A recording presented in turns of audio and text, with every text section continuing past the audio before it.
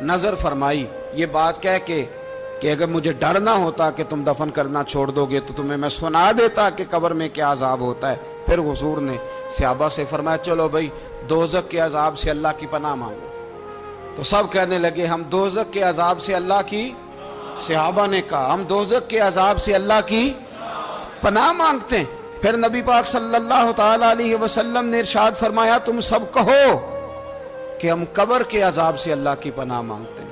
تو صحابہ نے کہا ہم قبر کے عذاب سے اللہ کی پناہ مانگتے ہیں۔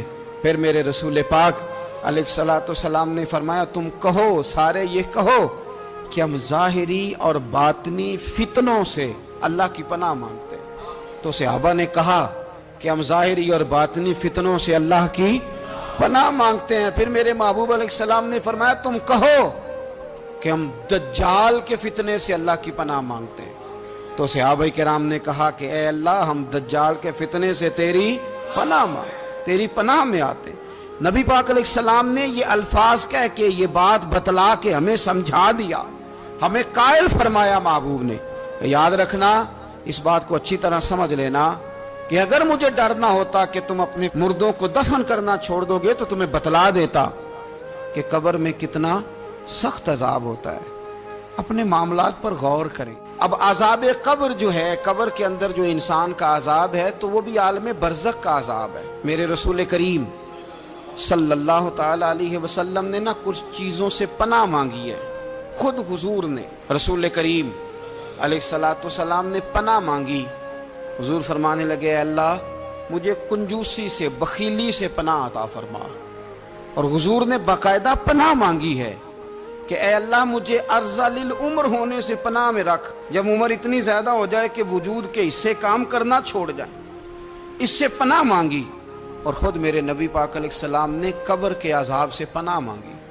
یہ تعلیم امت کے لیے کہ تم بھی پناہ مانگو عذاب قبر سے۔ قبر کا عذاب برحق ہے۔ قبر کے لیے تیاری کر کے رکھنا، اپنی قبر کو یاد رکھنا، مر جانے کو یاد رکھنا۔ حضرت سعد بن معاذ رضی اللہ تعالیٰ عنہ کا جب جنازہ تھا تو صحابہ کرام فرماتے ہیں حضور نے نماز جنازہ کی امامت فرمائی تو قبر کے تیار ہونے میں کچھ دیر تھی، تو رسول کریم صلی اللہ علیہ وسلم زمین پر بیٹھ گئے اور ایک لکڑی سے حضور زمین کوریدنے لگے۔ ہم وہ انتظار تھے کہ اللہ کے رسول صلی اللہ علیہ وسلم سر مبارک اٹھائیں، ہمیں کو نصیحت کریں۔